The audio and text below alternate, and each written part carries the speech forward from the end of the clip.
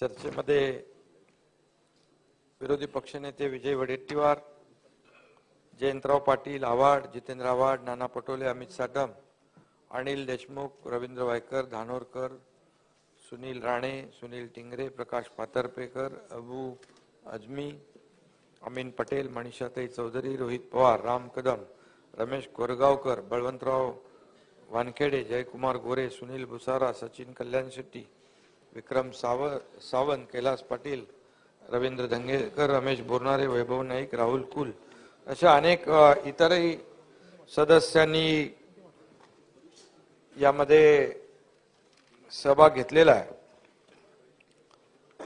आणि खरं म्हणजे गृह विभागाच्या सूचना आणि मुद्द्यांवर गृहमंत्री आणि उपमुख्यमंत्र्यांनी अतिशय सविस्तर उत्तर या ठिकाणी दिले। खरं म्हणजे विरोधी पक्षातर्फे दाखल करण्यात आलेला अंतिम आठवडा वाचल्यानंतर आणि त्यानंतर सदस्यांची भाषणे देखील आपण ऐकली आणि प्रस्तावातील मसुदा देखील आपण पाहिला। पण खरं म्हणजे यामध्ये प्रकर्षाने ज्या गोष्टी जाणवल्या, खरं म्हणजे हा प्रस्ताव दाखल करताना मी एवढंच म्हणेन की विरोधी पक्ष अतिशय गोंधळलेल्या अवस्थेमध्ये आहे। मी पहिल्या दिवशी देखील म्हणालो होतो, पहिल्या दिवशी देखील तुमची चहावर बहिष्कारच्या वेळेस ते पत्र आलं होतं तेव्हाही वाचलं की आपला अवसान गळाले का काय, तो अवसान गळाले तेव्हाच म्हणालो मी। पण ते आज या पूर्ण अधिवेशनामध्ये जयंतरावांना पटलंय, ते हसतायत। हो जयंतराव बसा ना, मजा नाही येणार, बसा ना बसा।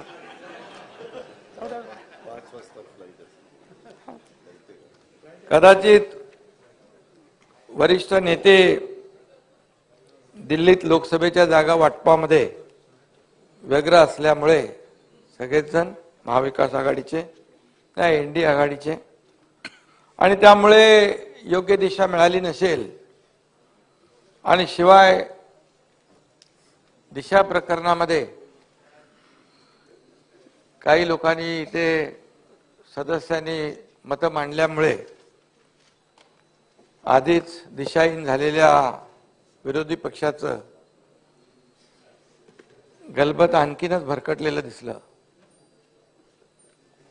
आणि यामध्ये अंतिम आठवडा प्रस्तावात काय मागणी केली पाहिजे याचा विचार देखील आपण विरोधी पक्षाने केला पाहिजे। कालपर्यंत भ्रष्टाचार युक्त आणि प्रभावहीन असल्याची ओरड विरोधी पक्ष करत होता जलयुक्त शिवार योजनेच्या संदर्भात। आणि ही योजना मी सांगेन की देवेंद्रजी जेव्हा मुख्यमंत्री होते तेव्हा ही योजना आपण यापूर्वी देखील मी सभागृहात ते मांडलंय, ती सुरू झाली आणि शेतकऱ्यांच्या हितासाठी ती सुरू झाली आणि शेतकऱ्यांना त्याचा फायदाही होऊ लागला। परंतु त्यावेळेस आरोप झाले ती योजना बंद झाली, परंतु आता ती योजना अनेक भागात राबवण्याची मागणी देखील आपण करताय। यामुळे खरं म्हणजे आपली ओरड आणि आपले आरोप किती खोटे होते हे देखील या ठिकाणी सिद्ध झालेलं आहे। तसेच या प्रभावी असलेल्या योजनेमध्ये 2.5 वर्ष, या योजनेला 2.5 वर्ष भाषणात गुंडाळून विजयराव महाराष्ट्रातल्या लाखो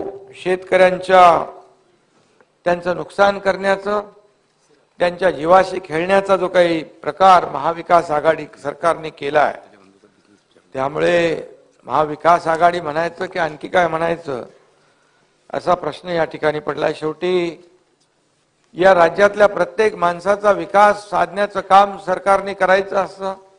त्यामुळे शेतकरी असू द्या, कष्टकरी असू द्या, महिला भगिनी असू द्या, अन्य कुणीही असू द्या, परंतु केवळ सूड भावनेने यांनी महाराष्ट्राच्या महत्वाकांक्षी प्रकल्पांना रोखून धरलंय। आणि खरं म्हणजे अनेक प्रकल्प रखडले आणि रखडवले गेले। हे खरं म्हणजे एक चांगल्या राज्यकर्त्याचं हे लक्षण नसतं। चांगल्या राज्यकर्त्याचं काम नसतं आपल्या अहंकारापोटी राज्याला विकासापासून वंचित ठेवणं, मागे ढकलणं, हे काही योग्य नाही। आणि म्हणूनच आज आपण पाहतोय की एफडीआय पासून शिक्षण क्षेत्रापर्यंत सर्व क्षेत्रावर आघाडीवर असलेलं आपलं राज्य मागे पडलं। आम्ही कारभार हाती घेतल्यानंतर एफडीआय मध्ये विजयराव पुन्हा पहिल्या क्रमांकावर आपलं राज्य आणण्याचं काम आम्ही केलं, जे आपल्या महाविकास आघाडीच्या काळात ते मागे गेलं होतं। इतर राज्य आपल्या पुढे गेली होती। 2014 ते 19 आपण पुढे होतो। आणि म्हणून आमचं सरकार आल्यानंतर मग मेट्रो असेल, कारशेड असेल, समृद्धी महामार्ग असेल, बुलेट ट्रेन असेल, मुंबई न्हावा सेवा शिवडी एक्सप्रेस असेल, जो सी लिंक आहे तो असेल, मुंबई पुण्यातला तो मिसिंग लिंक असेल, हे कोस्टल रोड असेल, या सर्व अनेक पायाभूत सुविधा प्रकल्पांचा आम्ही युटर्न बंद करून टाकला आणि त्याला फास्ट ट्रॅकवर आणलं। हे देखील मी या ठिकाणी सांगू इच्छितो। युटर्न म्हणजे माहित आहे ना, विरोधकांच्या या मागणीमुळे जलयुक्त शिवार योजनेचं यश वादातीत असल्याचं स्पष्ट झालंय।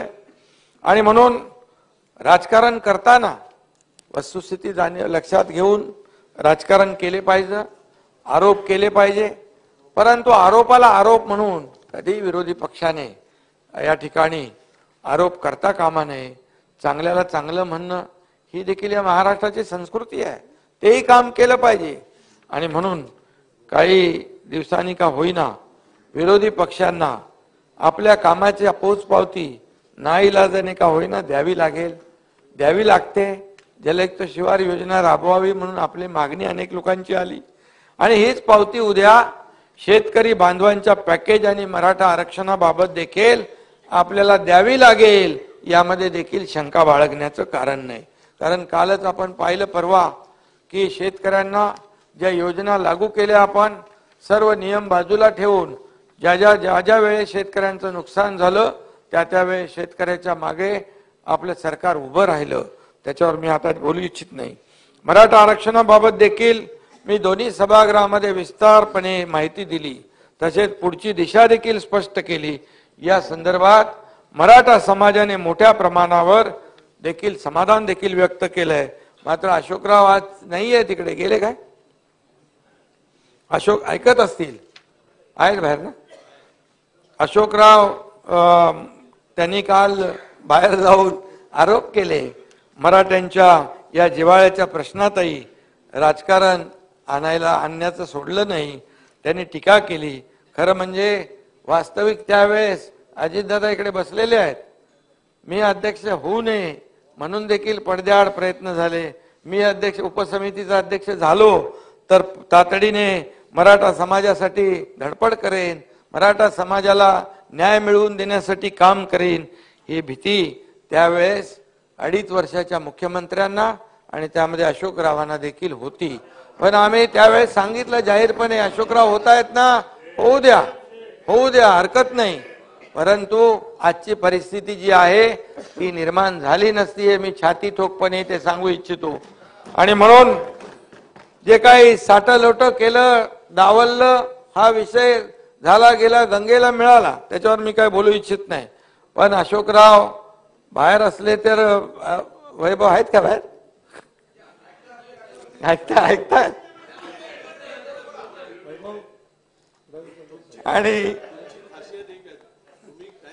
आणि कुठे बोलतो मी? अरे बोलायचं किती आहे माझ्याकडे इथे। आता तुम्ही जशा पद्धतीने आरोप रोज करता इकडे, तुम्ही म्हणजे तुम्ही स्वतःवर घेऊ नका, पायऱ्यांवर, प्रत्येक अधिवेशनात, रस्त्यावर, त्याच्या तुलनेत मी किती बोलतोय, मी किती संयम बाळगलाय। मी संस्कृती परंपरा आपली सोडलेली नाही महाराष्ट्राची। अरे तुम्ही कधीच नाही, पण मला सोडायला पण लावू नका। पण खूप आहे पोतडीमध्ये, आळ्याला गेलो हळूहळू तर खूप निघेल। त्यामुळे अशोकरावांना मी एवढंच सांगतो, तुमच्या आदर्श कारभारामुळे अशोक पर्व तर चमकलं, पण मराठा पर्व मात्र अंधारातच ठेवलं आपण.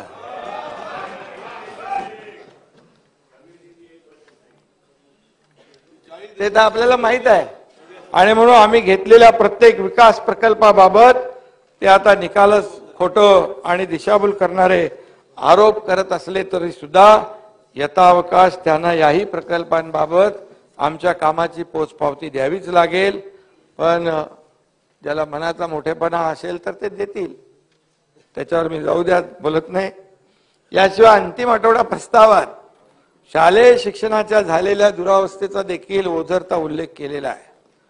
पण आता आपण विषय काढलेलाच आहे, त्यामुळे मी एवढंच सांगतो, शालेय शिक्षणाची दुरावस्था झालीच होती. पण ती कधी झाली होती? तुमच्या सरकारच्या कालावधीत. केंद्र सरकारच्या परफॉर्मन्स ग्रेडिंग इंडेक्स मध्ये 2017 ते 2019 या कालावधीत महाराष्ट्र पहिल्या लेवलवर होता, पहिल्या क्रमांकावर होता, म्हणजे अव्वल दर्जाचा होता. मात्र महाविकास आघाडी सरकार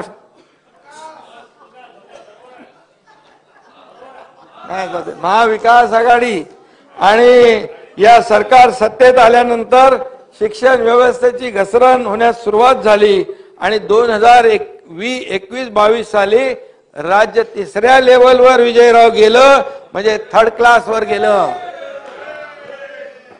डिजिटल स्कूल आणि वर्ल्ड क्लास शिक्षणाच्या गमजा आणि गप्पा मारणाऱ्यांनी प्रत्यक्षात शिक्षण व्यवस्थेला 3rd क्लासवर नेऊन ठेवलं होतं. ही वस्तुस्थिती आहे वर्षाताई, ही वस्तुस्थिती आहे, तपासून बघा. पण आम्ही कारभार हाती घेतल्यापासून शाळांचा आणि शिक्षणाचा दर्जा उंचावण्यासाठी सातत्याने काम सुरू केलं.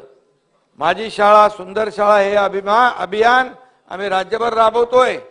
त्याची सुरुवात देखील झाली आहे. महावाचन अभियान राज्यभरात राबवलं जात आहे. त्यामुळे वाचन संस्कृती वाढेल, विद्यार्थ्यांना वाचनाची गोडी लागेल. संच मान्यता, अध्यक्ष महोदय, शिक्षक भरती आणि शाळा मान्यता या सर्व प्रक्रिया अत्यंत पारदर्शक पद्धतीने आमचे शिक्षण मंत्री केसरकर राबवत आहेत. याशिवाय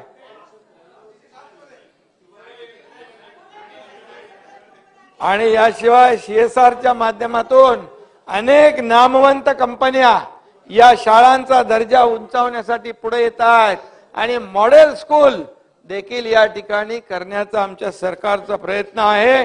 आणि त्यामुळे महाराष्ट्रातील शिक्षण व्यवस्था याचा कायापालट झाल्याशिवाय राहणार नाही, हे देखील मी या ठिकाणी सांगतो.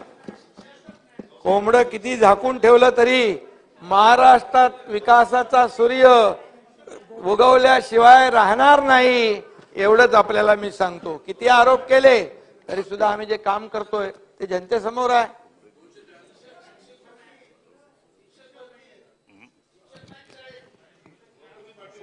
महापालिका क्षेत्रात बेकायदा बांधकामातून होणाऱ्या भ्रष्टाचाराबाबतीमध्ये विरोधकांनी बात केलेली आहे. अमीन भाई जितेंद्र आवाड इधर सामने बैठे हैं, मैंने उनके सामने ही एक कमिश्नर को फोन किया. मैंने कहा अनधिकृत बांधकाम जो भी होगा उस मी एवढंच सांगतो, महापालिका आयुक्तांना आदेश दिले, सर्व अनधिकृत बांधकाम होता कामा नये. अनधिकृत बांधकामाला कोणी सुरुवात केली तर फुटिंगवरच त्याचं तोडून टाका आणि जे अधिकारी त्याला मदत करत असतील त्यांच्यावर पण गुन्हे दाखल करून त्यांना जेलमध्ये टाका. जितेंद्र आव्हाडजी बरोबर आहे. आणि म्हणून या ठिकाणी म्हणून एकच सांगतो, अध्यक्ष महोदय, महापालिका काय बोलायचं आहे ह्याच्याबद्दल आहे नाही, मला माझं भाषण झाल्यावर. अध्यक्ष महोदय, महापालिकेतील बेकायदा बांधकामाच्या तथाकथित भ्रष्टाचारावर हा काय बोला. ठीक आहे उत्तर चालू आहे. अरे बसन जाऊ दे ना. उत्तर चालू आहे. उत्तर प्रोसिजर माझा असा आहे की ऐका ना, अरे थांबा ना. अध्यक्ष महोदय, पॉइंट ऑफ प्रोसिजर असा आहे मी 293चा प्रस्ताव मांडला. तुम्ही अंतिम आठवड्यावर बोलायला सुरुवात केली. खरं तर 293चं उत्तर अरे 293 वर बोललो ना मी. 293च्या प्रस्तावावर तुमचं नाव घेतलं मी.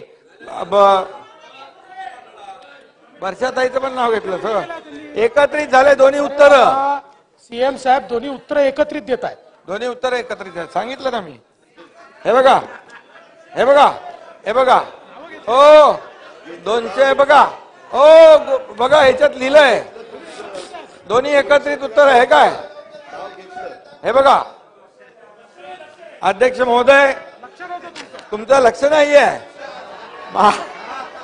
महापालिकेत बेकायदा बांधकामांच्या तथाकथित भ्रष्टाचारावर आपण बोलला त्याबद्दल मी धन्यवाद देखील देतो आणि आपल्याला सांगतो मी की कुठल्याही महापालिकेमध्ये अनधिकृत बांधकाम जे झालं जुनी जी गेलं याला गंगेला मिळालं पण यापुढे अनधिकृत बांधकाम कुणालाही करता येणार नाही आणि कोणी केलं ते संबंधित जे जबाबदार अधिकारी असतील कोणी असतील तर ते बांधकामावर तर कारवाई होईलच परंतु त्यांच्यावर पण फौजदारी कारवाई गुन्हे दाखल करून त्यांनाही जेलमध्ये जावं लागेल हे मी स्पष्ट केलेलं आहे. आणि म्हणून परंतु आपण भ्रष्टाचार बेकायदा बांधकामावर बोललात थोडं कोविडवर बोलायला पाहिजे होतं अमीनभाई. कोविडवर पण बोलायला पाहिजे होतं बरोबर ना. आपको मान्य है लेकिन आप थोड़ा मजबूर है क्या मजबूरी है तो म्हणून आपण ते विसरलात. परंतु आम्हाला माहित आहे कोविडमध्ये जे काय मुंबईकर आम्ही विसरलो नाही आणि मुंबईकर जनताही विसरलेली नाही. खरं म्हणजे जे काय प्रकार झाले त्याच्यावर हसावं की रडावं हा प्रश्न आमच्या समोर पडतोय. अध्यक्ष महोदय जर असले प्रकार पाहून आणि व्यवहार बघून या मुंबईकरांना नाही आपल्या कुणालाही चीड आल्याशिवाय राहणार नाही. कारण कोविड काळात यांनी केलेला जो भ्रष्टाचार आहे हा भ्रष्टाचार म्हणजे मैताच्या टाळूवरचं लोणी खाण्याचा प्रकार आहे. अमीनभाई याच्यामध्ये खरं म्हणजे या भ्रष्टाचाराच्या सुरस कथा अरेबियन नाईट्स मधील कथांपेक्षाही अकल्पित आहेत भारी आहेत. आणि कोविड मध्ये भ्रष्टाचाराच्या अनेक प्रकरणांना कॅग आणि ईडी आदी विविध यंत्रणांच्या माध्यमातून देखील वाचा फुटली होती. आणि ते तर आता लगेच नाही सांगा थांबा तर तपास चालू आहे. अध्यक्ष महोदय राज्यातील जनता मृत्यूशी लढा देत भीतीच्या वातावरणामध्ये त्या काळामध्ये जगत होती हे आपल्या सगळ्यांना माहित आहे. कोविड हा अनपेक्षित आजार आला अनपेक्षित संकट आलं त्याची तयारी कुणालाही माहित नव्हती काय करावं. आणि अशा परिस्थितीमध्ये हे भीतीच्या वातावरणात मुंबईकर नाही महाराष्ट्रातली जनता जगत असताना पैसे लुटण्याचा हा किळसवाना प्रकार पाहिल्यानंतर कुठल्याही सामान्य माणसाच्या मनात तिढी कुठल्याशिवाय राहणार नाही.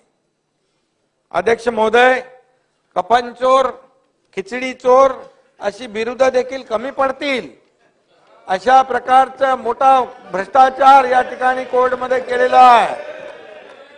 आणि म्हणून असा जो थक्क करणारा प्रकार ऑक्सिजन प्लांट उभारणीत देखील केलेला आहे. ऑक्सिजन प्लांट जे रुग्णांना जीवदान देण्याचं काम ऑक्सिजन प्लांट करत होते.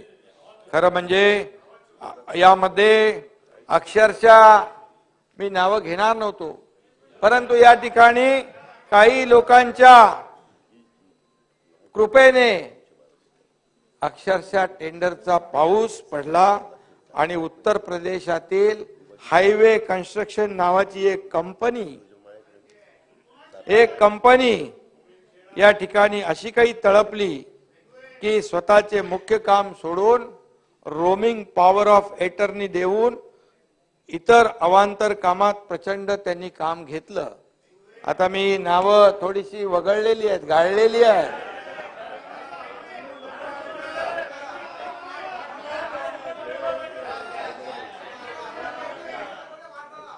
हा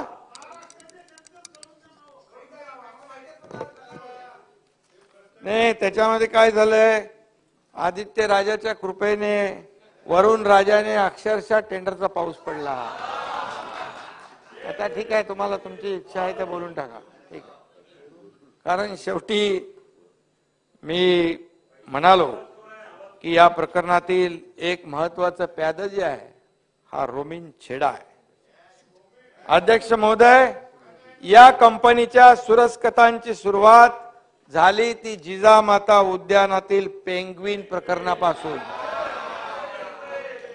हायवे ब्रिज बनवणाऱ्या या कंपनीला चक्क पेंग्विन साठीचं इन्फ्रास्ट्रक्चर बनवण्याचं कंत्राट मुंबई महापालिकेने बहाल केलं.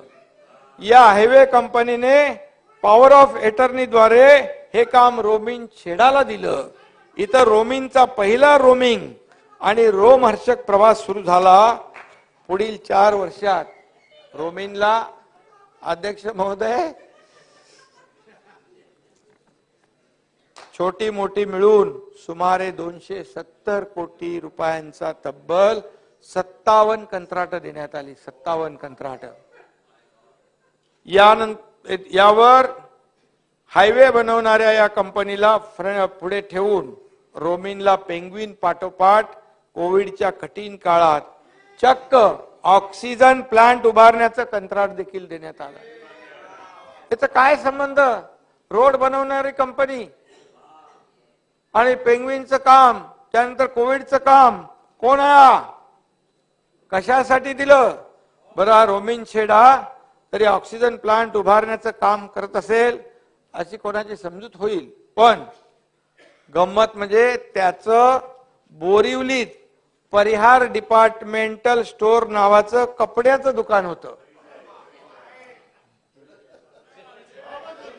हे वस्तुस्थिती आहे, हे रेकॉर्डवर आलेलं आहे, तपासात आलेलं आहे. आणि कपड्याचं दुकान होतं. हायवे कंपनीला कंत्राट मिळताच 2% पैसे ठेवून उर्वरित सर्व पैसे या रोमिन छेडाच्या खात्यात फिरवण्यात आले. पैशांसाठी मुंबईकरांच्या जीवाशी किती खेळ करायचा याचा तरी विचार केला पाहिजे.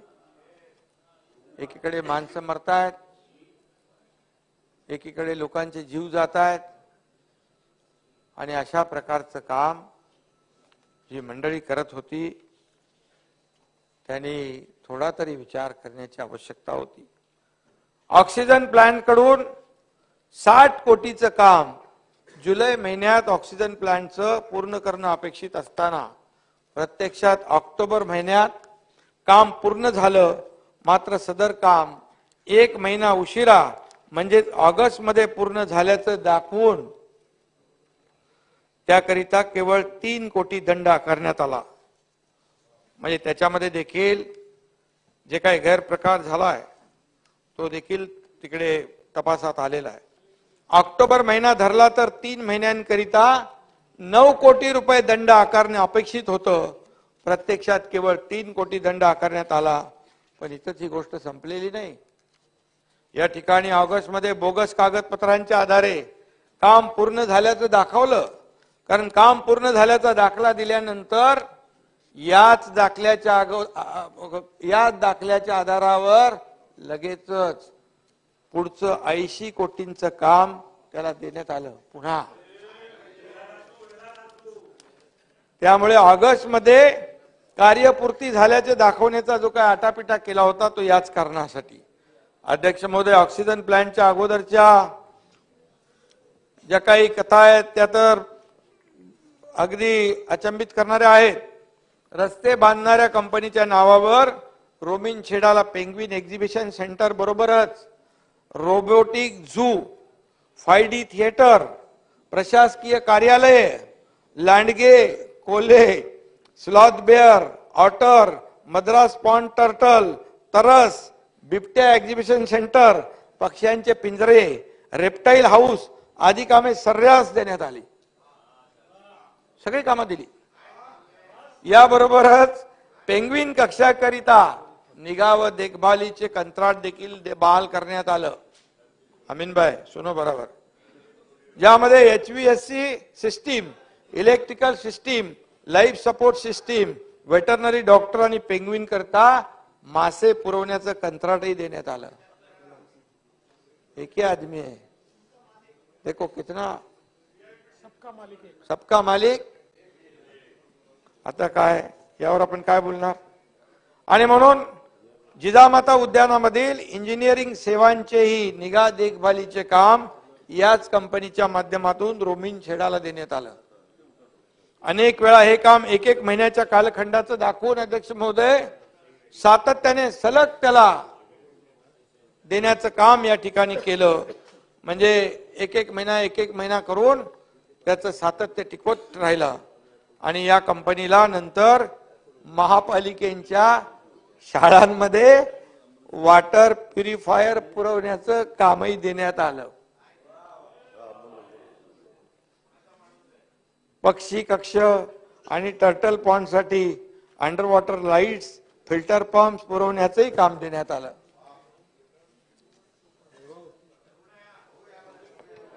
आणि झू हॉस्पिटल मध्ये हाऊस किपिंगचंही काम देण्यात आलं. हे सगळं वर्षाताई मी जे बोलतोय ते रेकॉर्डर आहे आणि सगळं तपासात आलेलं आहे.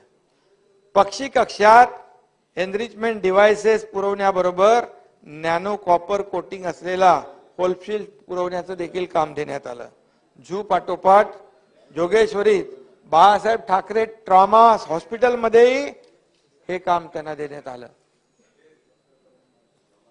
हे कमी झालं की काय म्हणून महापालिकेच्या विविध हॉस्पिटल मधील एसी युनिटच्या देखभालीचं काम पण दिलं.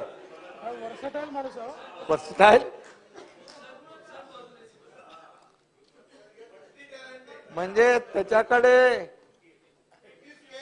मल्टीपर्पज, मल्टी टॅलेंटेड, मल्टी काय त्याला बोलायचं, वर्सटाईल म्हणाले. आणि म्हणून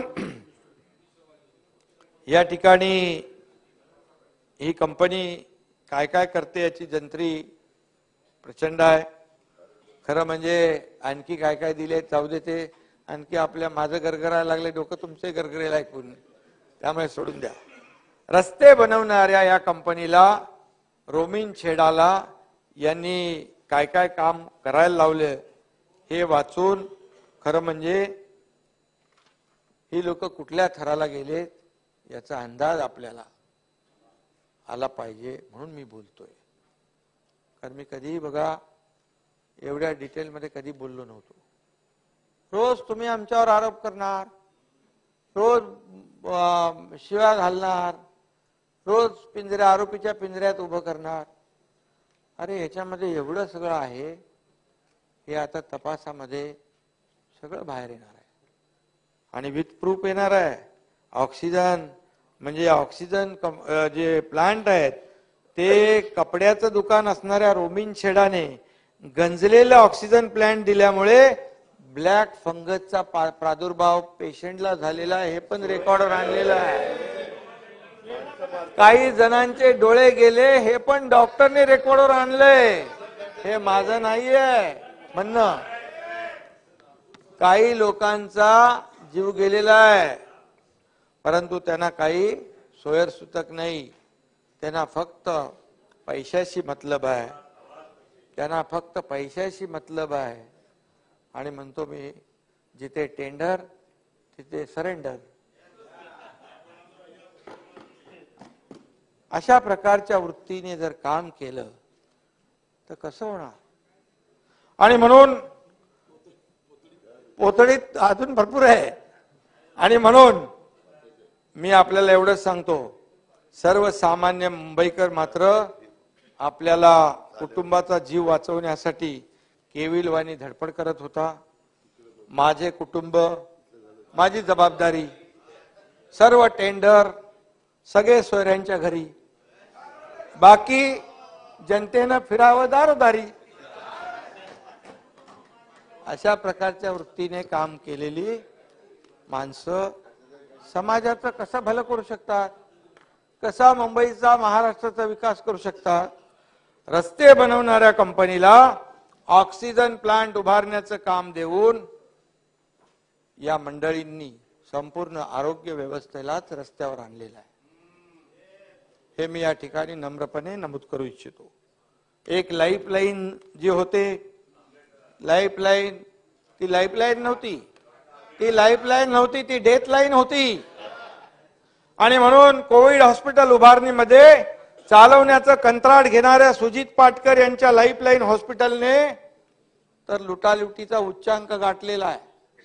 यामध्ये हॉस्पिटलमध्ये काल्पनिक रुग्ण दाखवले, रुग्ण नाहीत, काल्पनिक डॉक्टर दाखवले, त्यांचा पगार काढला आणि रुग्णांबरोबर विजय भाऊ औषधही वितरित केल्याचं दाखवलं. 300 त्यापोटी मुंबई महापालिकेच्या तिजोरीवर दरोडा घालण्याचं काम केलंय विजय भाऊ. मी स्वतः वाचलंय म्हणून मी एवढं बोलतोय. आणि म्हणून या दरोड्यात लुटलेल्या दौलतीतून कोणी घर भरली हे अवघ्या महाराष्ट्राला माहित आहे, सगळ्यांना माहित आहे. आणि इथून पुढे आरोप करताना विचारपूर्वक आरोप करा, आता विजय भाऊ याच्यापेक्षा जास्ती आतमध्ये पोतडीमध्ये आहे.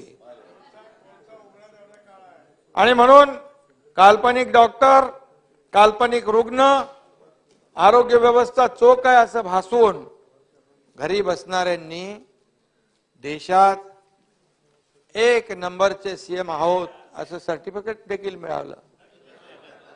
अरे घरी बसून 1 नंबर कसा होऊ शकतो दादा? नाही, तो नंबर उडून नव्हता, तो पाठून होता. त्यामुळे सुरुवातीला मी म्हणालो खिचडी घोटाळ्याचा अनुषंगाने त्याचा वापस उल्लेख मी खिचडी चोर करत नाही, पण एकच सांगतो, महापालिकेने विजय भाऊ 33 रुपयात 300 ग्राम खिचडी कोविड काळात कामगार व गोरगरीब वर्गाला देण्याचं कंत्राट दिलं होतं. 300 ग्रामचं 33 रुपयामध्ये. प्रत्यक्षात मूळ कंत्राटदाराने सब कॉन्ट्रॅक्ट दिलं आणि देताना त्यांनी मापात पाप केलं.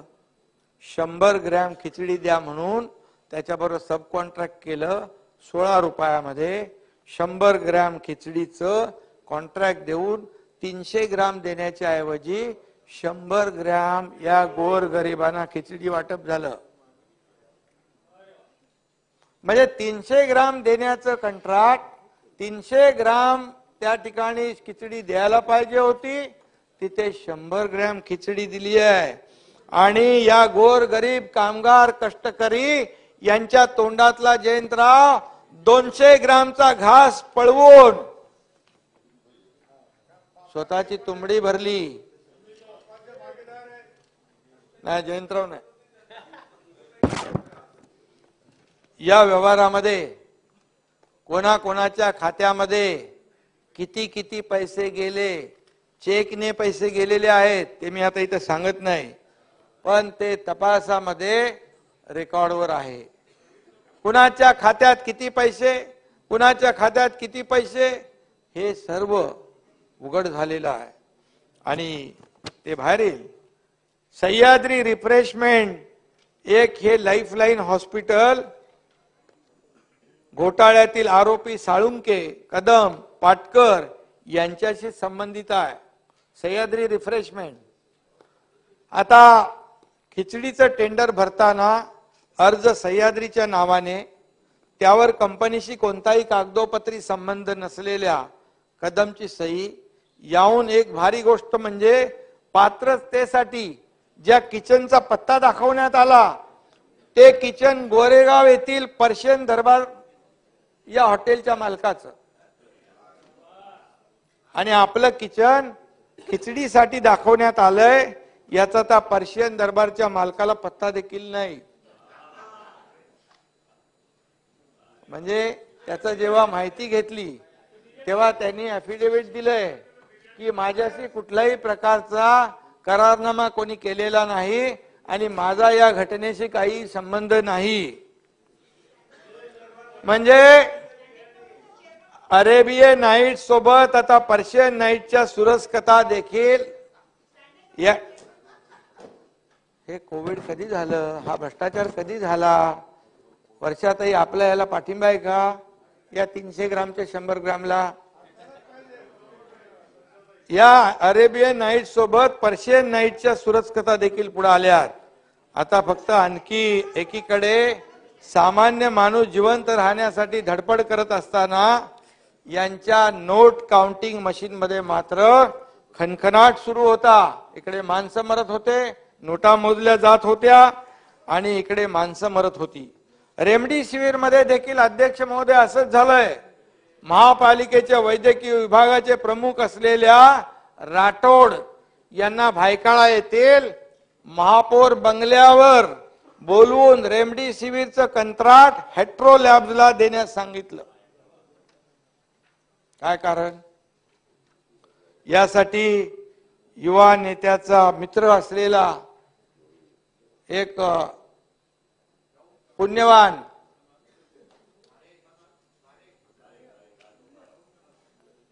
याला मदत करा असे निर्देश आले. युवा नेते पारखी असल्यामुळे पुण्यवान माणसाला ते काम देऊन टाकलं. आणि हेट्रो कंपनी बरोबर महापालिकेने मायलान कंपनीला देखील 40,000 इंजेक्शन प्रत्येकी 650 रुपयात पुरवण्याचं कंत्राट दिलं होतं. 40,000 पैकी 31,000 इंजेक्शन पुरवल्यानंतर उरलेली 9,000 इंजेक्शन पुरवायच्या अगोदर या मायलान कंपनीला 2 लाख रेमडेसिवीर साठी प्रत्येकी 1568 रुपये दराने कंत्राट दिलं. म्हणजे 650 रुपये एकीकडे आणि दुसरं कंत्राट जे 1568 रुपयाने. या काळामध्ये नवी मुंबई, ठाणे, मीरा भाईंदर या तिन्ही महापालिकांनी रेमडेसिवीर आवाड जितेंद्र आव्हाड यांना माहित आहे, त्यांनी देखील रेमडेसिवीर विकत घेऊन लोकांना दिले. आपण एक दुसऱ्याला मदत केली त्यावेळेस. महापालिकांनी देखील या तिन्ही रेमडेसिवीर मायलॉनकडून सुमारे 650 रुपयांच्या दराने विकत घेतले. मग इथंच का 1568 रुपये लागले? आणि म्हणून 2 लाख रेमडेसिवीर साठी 650 ऐवजी 1568 रुपये देऊन महापालिकेच्या तिजोरीवर 6 कोटीचा डल्ला मारला गेला. फक्त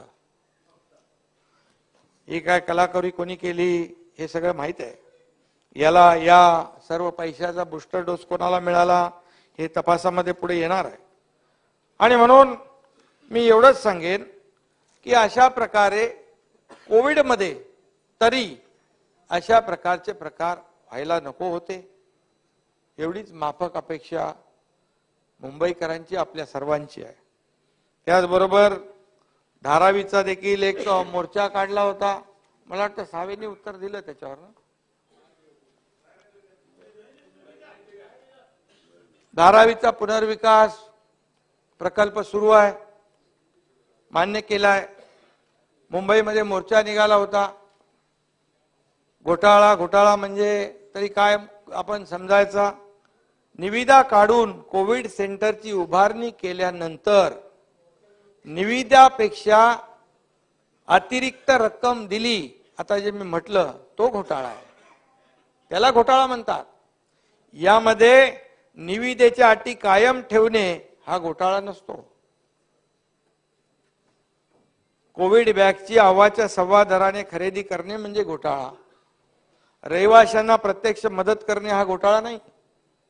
अध्यक्ष महोदय, 1 ऑक्टोबर 2022 रोजी धारावीच्या निविदा प्रक्रियेला सुरुवात झाली. ही प्रक्रिया 45 दिवस चालली. जर शेजारी म्हणतो आपण, तुमचं नाही सांगत मी, शेजारी जेव्हा आपण म्हणतो धारावीचे, एवढं जेव्हा प्रेम धारावीवर होतं, तर इतर कंपन्यांना हे ग्लोबल टेंडर होतं. या ग्लोबल टेंडर मध्ये इतर देखील कंपन्यांनी पार्टिसिपेट केलं पाहिजे, अशा प्रकारचं काम करायला पाहिजे होतं. त्यांना प्रोत्साहन द्यायला पाहिजे होतं. अग्रगण्य जे मोठे विकासक आहेत त्यांना देखील त्याच्यात इन्व्हॉल्व करायला पाहिजे होतं, पण ते केलं नाही. परंतु मुळात यापूर्वीची निविदा प्रक्रिया रद्द करून यापूर्वी जी निविदा प्रक्रिया झाली होती ती रद्द का केली? ते तर त्याला डायरेक्ट ऑर्डर मला वाटतं त्यावेळेस सुरू झालं ते, आणि रद्द करून खरं म्हणजे हा प्रकल्प रखडवण्याचं काम आज सुरू आहे. वर्षाताईंची पण इच्छा आहे की धारावीचा पुनर्विकास झाला पाहिजे, सर्वसामान्य लोकांना न्याय मिळाला पाहिजे, त्यांना घरं चांगली मिळाली पाहिजे. परंतु मी देखील त्यावेळेस महाविकास आघाडीमध्ये होतो, मी नगरविकास मंत्री होतो, मलाही माहिती आहेत काही गोष्टी. आणि मग तो जो पूर्वीची निविदा प्रक्रिया रद्द का केली? तुम्हाला जर दुसऱ्याला द्यायचं नव्हतं तर मग त्यालाच द्यायचं होतं, पण ती रद्द केली आणि हा प्रकल्प विशिष्ट माणसाला मिळावा असाच हेतू होता. ही वस्तुस्थिती आहे. का बिनसलं? मध्ये कोणीतरी सांगितलं की काही सेटलमेंट तुटलं की काय, आणि मग स्वतः मोर्चा काढायचा आणि मग यालाच आपण उलट आरोपाच्या पिंजऱ्यामध्ये सरकारला उभं करायचं, हे काय बरोबर नाही. आणि म्हणून मी एवढंच सांगतो, यामध्ये टेंडर द्यायला तुमचा विरोध होता, तर मग यापूर्वी ज्या कंपनीला टेंडर मिळालं ते टेंडर म्हणजे मिळालं म्हणजे ते सर्व प्रक्रिया झाली होती, ते का रद्द केलं? त्यावेळेस मी मगाशी म्हटलं त्याप्रमाणे ते ग्लोबल टेंडर काढलं होतं, ती काय पुनर्विकासाची योजना होती, ती टेंडरमध्ये समाविष्ट केली होती पूर्णपणे, आणि त्यावेळेस इतरही लोक त्यामध्ये येऊ शकली असती, परंतु त्यानुसारच निविदा मागवल्या होत्या. टेंडर प्रक्रिया पूर्ण केल्यानंतर एकही अट सरकारने बदलली नाही. ग्लोबल टेंडर मध्ये अदानी कंपनीने स्पर्धात्मकरित्या भाग घेतला, ते पात्र ठरले. ही सर्व प्रक्रिया अत्यंत पारदर्शकपणे झालेली आहे. परंतु या ठिकाणी मी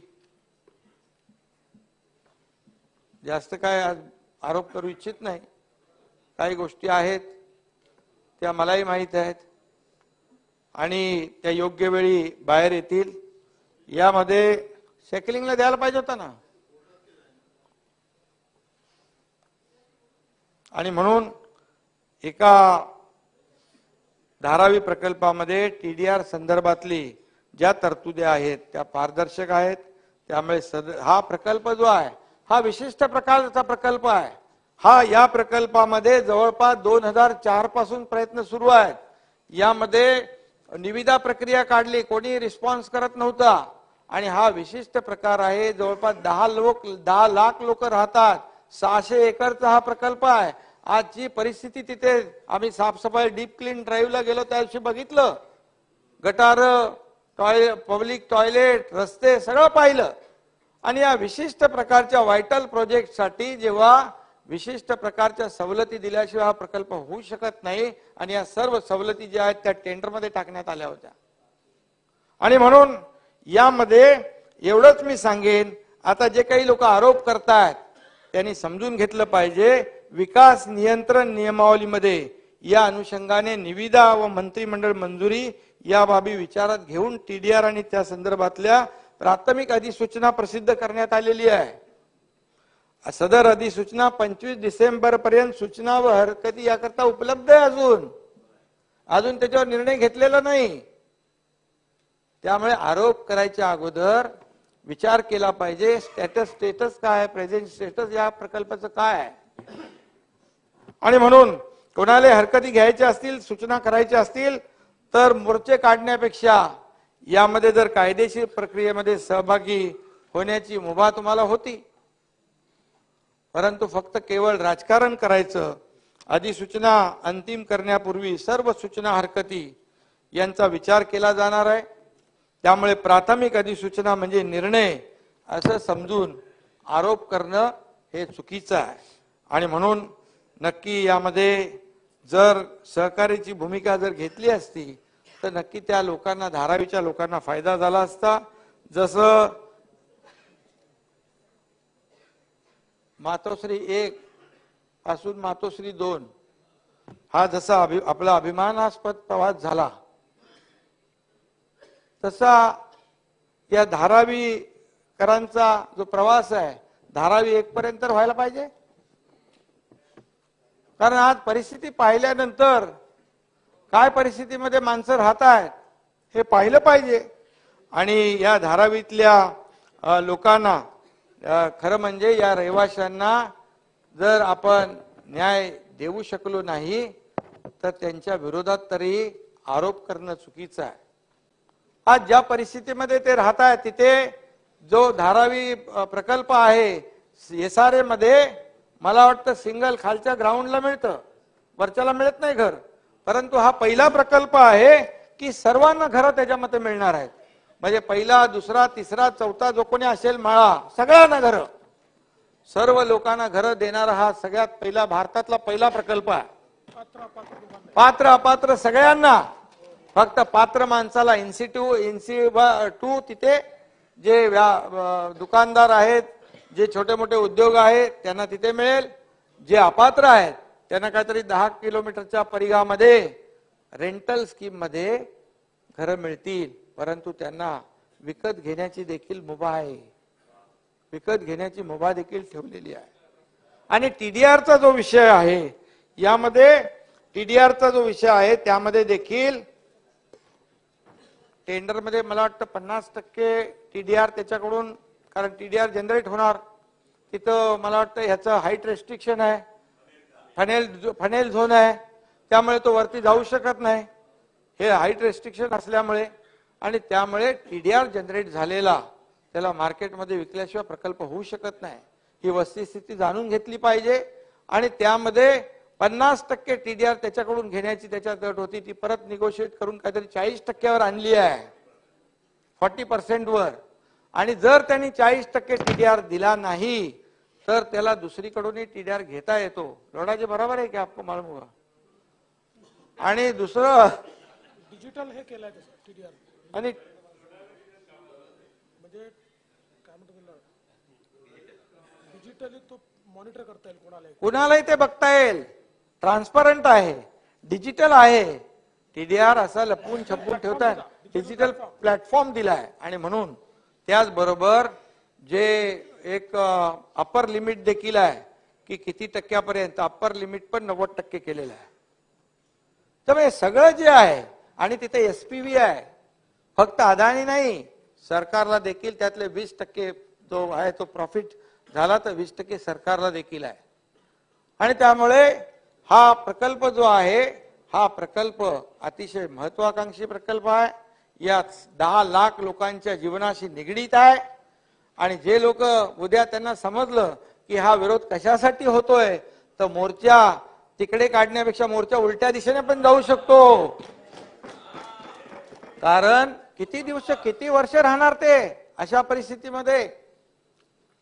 आणि म्हणून याचा देखील विचार करण्याची आवश्यकता आहे. आणि म्हणून आज मी एवढंच सांगेन की धारावीकर ज्या काही नरक यातना भोगतायत त्याच्यातून आपल्याला त्यांना बाहेर काढलं पाहिजे. धारावी आशिया खंडातली एक मोठी झोपडपट्टी आहे. धारावी हा आशिया खंडातली झोपडपट्टी न राहता जगातले लोक बघायला आले पाहिजे की धारावीचा विकास कसा झाला आणि धारावीकरांचं जीवन सुसह्य कसं झालं. मला वाटतं तिथं 300 का 350 देतात, त्याच्यामध्ये 300 SRA मध्ये मिळतं. आता इथं 350 स्क्वेअर फीट देण्याचा देखील निर्णय त्या याच्यामध्ये झालेला आहे. एकूणच आपण जर म्हटलं तर काही लोक म्हणजे काही झालं नाही, तडजोड झाली नाही की अशा प्रकारचे मोर्चे काढतात आणि त्याला असं आपण म्हणतो चाहिए खर्चा निकालो मोर्चा.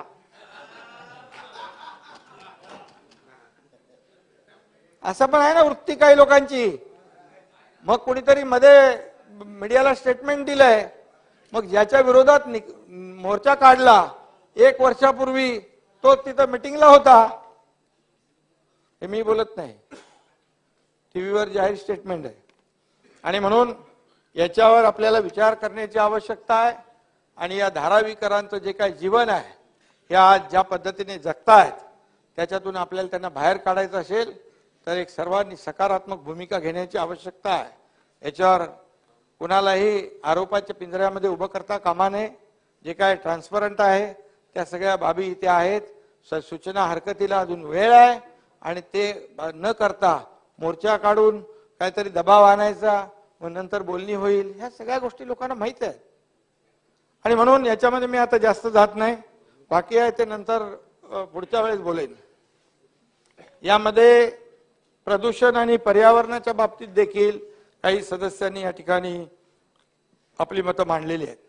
अध्यक्ष महोदय, 2 नोव्हेंबर 23 साली दिल्लीतल्या प्रदूषणाची बातमी आली आणि पीएमओने त्यासाठी बैठक घेतली आणि ते मी वाचलं. आणि त्याचवेळी मी देखील आपल्या महापालिका आयुक्तांशी त्याचबरोबर पीएमओशी देखील संपर्क साधून काय उपाययोजना सुचवल्यात याची देखील माहिती घेतल्यानंतर इथे देखील तशाच प्रकारची अंमलबजावणी करण्याच्या सूचना आयुक्त आणि सर्व अधिकाऱ्यांची बैठक घेऊन मी ताबडतोब घेतली.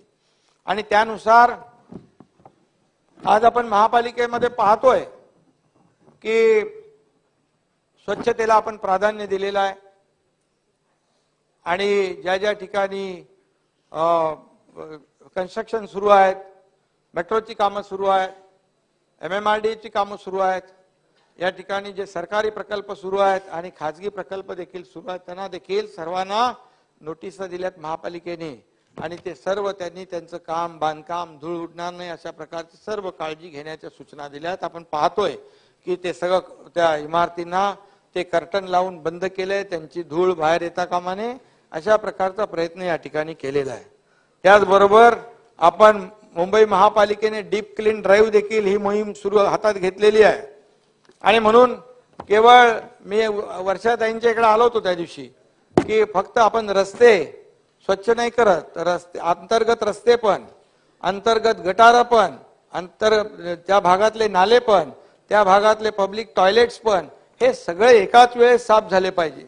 मी आयुक्तांना सांगितलं एका एरियामध्ये धारावीमध्ये समजा 100 लोक काम करत असतील तर त्या आजूबाजूचे 4-5 वॉर्ड मधले जे माणसं तिथले सगळे जे मोबाईलाइज एका ठिकाणी करायचे आणि 1,500 ते 2,000 मॅन पॉवर जी येते मशिनरी सकट एकाच मोठ्या एरियामध्ये त्यांनी साफ करायचं, स्वच्छ करायचं, रस्ते झाडूने मारायचे, नंतर ब्रशने माती काढायची आणि त्यानंतर रस्ते पाण्याने धुवायचे. अशा प्रकारचं काम डीप क्लीन ड्राईव्हच्या माध्यमातून होत आहे. अंतर्गत रस्ते पण होत आहेत साफ, अंतर्गत गल्लीबोळ पण होत आहेत आणि त्याचबरोबर हे पाणी जे आपण वापरतोय रिसायकलिंगचं वापरतोय, पिण्याचं पाणी वापरत नाही या देखील सूचना दिलेल्या आहेत. पब्लिक टॉयलेट 4 ते 5 वेळा सफाईच्या सूचना दिलेल्या आहेत आणि काही फॉगर्स लावलेत, वरती धुलीकण असतील ते देखील खाली आले पाहिजे. अँटी स्मोक गन देखील आपण मुंबई महापालिकेने घेतले आहेत आणि याचा परिणाम जो आहे याचा परिणाम खूप अध्यक्ष महोदय चांगला होतोय. आणि या मोहिमेमध्ये स्वतः मी देखील मॉनिटर करतोय. काही ठिकाणी मी स्वतः देखील मुख्यमंत्री असलो तरी जातोय, कारण हे पोल्युशन आपल्याला कमी करायचं आहे आणि त्याचे रिझल्ट अध्यक्ष महोदय आता चांगले आलेले आहेत. पूर्वीपेक्षा मुंबईचं प्रदूषण खाली आलेलं आहे आणि ही वस्तुस्थिती जी आहे आपल्याला आणखी मुंबई स्वच्छ आणि सुंदर करायची आहे. आणि म्हणून या ठिकाणी एवढंच सांगतो की प्रदूषण कमी करायचं आहे, मुंबईतले खड्डेमुक्त मुंबई करायची आहे, मुंबईला स्वच्छ करायचं आहे, सुंदर करायचं आहे. परंतु या ठिकाणी जे गेले अनेक वर्ष मुंबई महापालिकेतले मुंबईतले आपले नागरिक खड्ड्यामधून प्रवास करत होते, काही लोकांनी त्या खड्ड्यावर गाणी बनवली होती, परंतु यावर्षी त्यांना गाणी बनवण्याची संधी आम्ही दिली नाही, कारण खड्डा त्यांना मिळाला नाही आणि पावसाचं पाणी तुंबलं नाही. कारण या ठिकाणी यावर्षी आपल्या सरकारने सर्व सूचना आयुक्त आणि त्या सर्व अधिकाऱ्यांना दिल्या होत्या. आणि म्हणून फक्त आम्ही होर्डिंग लावून बसत नाही तर काम प्रत्यक्ष पाहतो, कामावर लक्ष देतो. जुहू बीचवर गेलो, तिकडे देखील सगळे NGO, तिथले नागरिक, तिथले शाळेतली मुलं सगळे त्याच्यामध्ये सहभागी झाली होती. ते म्हणाले, कोणी तर सांगितलं, टीका केली, बीचवर मुख्यमंत्री ट्रॅक्टर चालवतात. अरे तो ट्रॅक्टर म्हणजे त्याला एक विशिष्ट प्रकारचं यंत्र मागे लावलं होतं जयंतराव, आणि तो बीच कॉम्बर होता. त्याच्यामध्ये जे वाळूमध्ये फिरल्यानंतर त्याच्यामध्ये दगड, त्याच्यामध्ये प्लॅस्टिक, त्याच्यामध्ये जे काही आहे ते वेगळं करून फक्त वाळू जी आहे ही वाळू तिथं राहिली पाहिजे अशा प्रकारचं ते मशीन आहे. माहिती घेऊन तर बोललं पाहिजे. आणि म्हणून जी मशिनरी जी आहे ऍडव्हान्स टेक्नॉलॉजी जी आहे ती आपण वापरतोय. आणि मी आपल्याला एवढंच सांगतो की मुंबई महापालिका, मुंबई शहर, फक्त मुंबई शहर आपल्याला एकच शहर स्वच्छ नाही तर ही आपल्याला टप्प्याटप्प्याने सगळी शहरं हे मुंबई पॅटर्नच्या प्रमाणे सर्व शहरं संपूर्ण महाराष्ट्रामध्ये हे डीप क्लीन ड्राईव्ह हे अभियान राबवायचं आहे.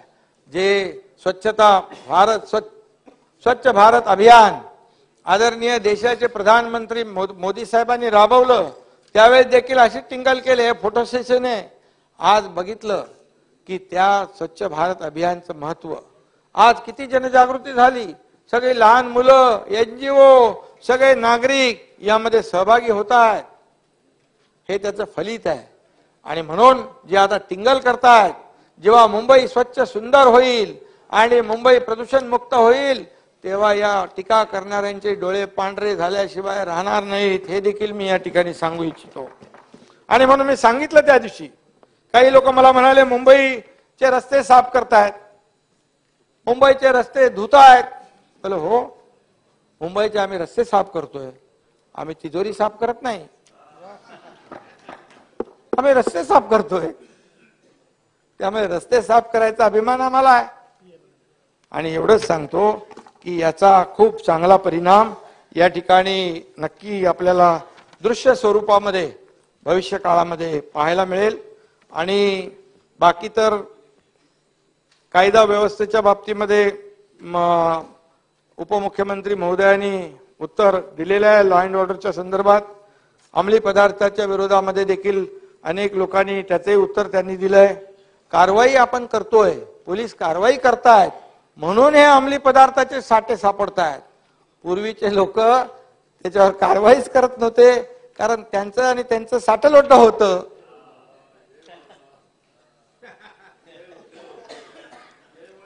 परिस्थिती बदलली आणि म्हणून हे साठे सापडतायत. कोट्यावधी रुपयाचे साठे सापडतायत, MD सापडतंय, आणखी काय काय सापडतंय आणि बरंच काय काय सापडतंय. कारण आपले पोलीस दल जे आहे मुंबईचं अतिशय जागृत आहे. आणि म्हणूनच हे शोधकाम सुरू झालंय. म्हणून मोठ्या प्रमाणावर या सगळ्या साठ्यांचा शोध होतोय.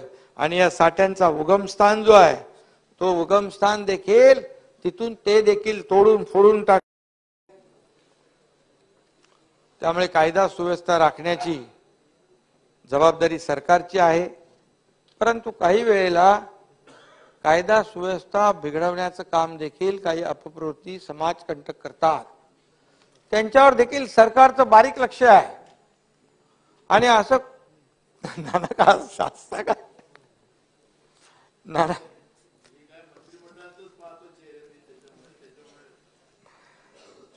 नाही, आमच्या मंत्रिमंडळाची काळजी करू नका. आणि म्हणून